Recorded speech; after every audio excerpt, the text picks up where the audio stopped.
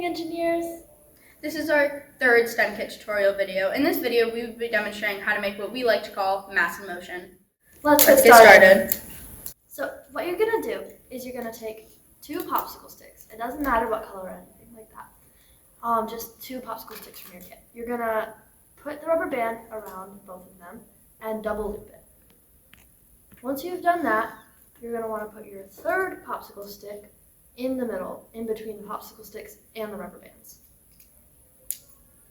Then you're going to twist the 2 outside popsicle sticks in opposite directions.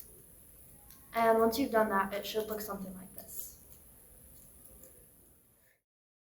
Once you do that, you just have to drop it and you have mass in motion. Try dropping it from different heights. See what differs if you drop it from lower or higher. And what happens if you twist the rubber bands more or less. That's our third STEM kit.